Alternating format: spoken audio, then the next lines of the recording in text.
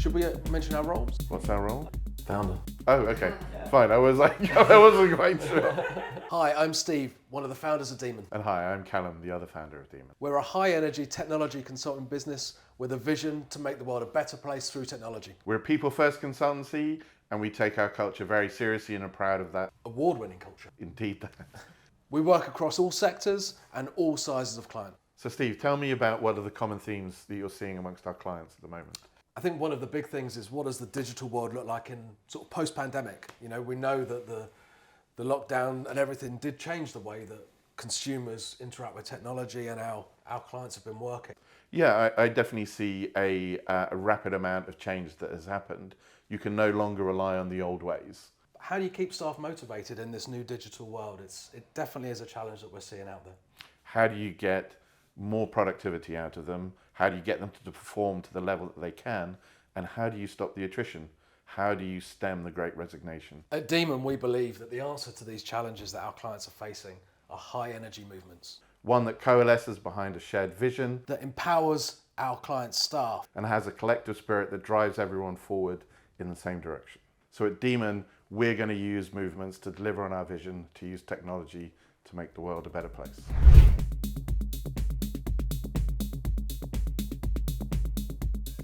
How do you get there? You need to be able to define your North Star, place it up there where everyone can see and everyone can align to. So what does this mean practically?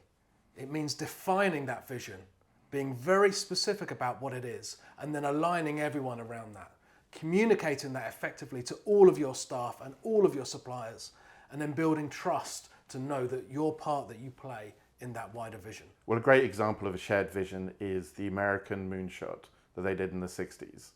JFK visited NASA and talked to a janitor and asked, "Hey, what are you doing here?" And the janitor responded with, "I'm putting a man on the moon." That's everyone uniting behind a shared vision. And you need to have the trust that what you are doing is helping move everyone forward to deliver on that vision. Change is reliant on people, and it's reliant on those people to be motivated and stacked up behind a vision. The second, empower your people to realize their potential. An anecdote I like to use when talking about empowering people is the 2003 Rugby World Cup.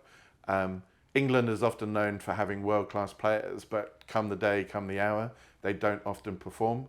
And I love the way that the team coalesced around the players and created the zone for them to perform. They removed all distractions and provided them with everything that they needed. And the team rose to the challenge. They delivered. It's an interesting phrase you use there, zone to perform.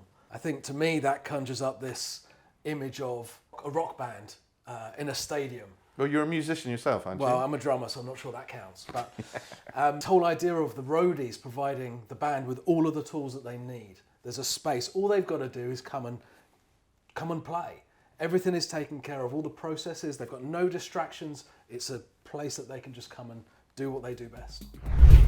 Let's talk about inspiring a collective spirit, the final part in creating a movement. So we're going to need to bring one team spirit to life. So let's tell the story. Which one have you got? When we say one team spirit, there's definitely one project that springs to mind. It's quite a few years ago now, and we were working with a major retail client, and it was one of their first agile implementations. And it was a team that was made up of not just Daemon people, but the client's people too. Weren't there other suppliers in the mix, as often happens in these sort of enterprise clients? There were actually two other suppliers as well. And so we had the four groups effectively working together. And the great thing about this team, we had created that one team spirit between us. It was some magic that was created. Because it sounds like there wasn't any boundaries. There was no line that would cut between Daemon, the client, or supplier A or supplier B. And that was actually really unusual at that time, because up until that point there were very defined lines and almost some friction that was created between the suppliers and the client. So that was the first time I think that those barriers have been broken down.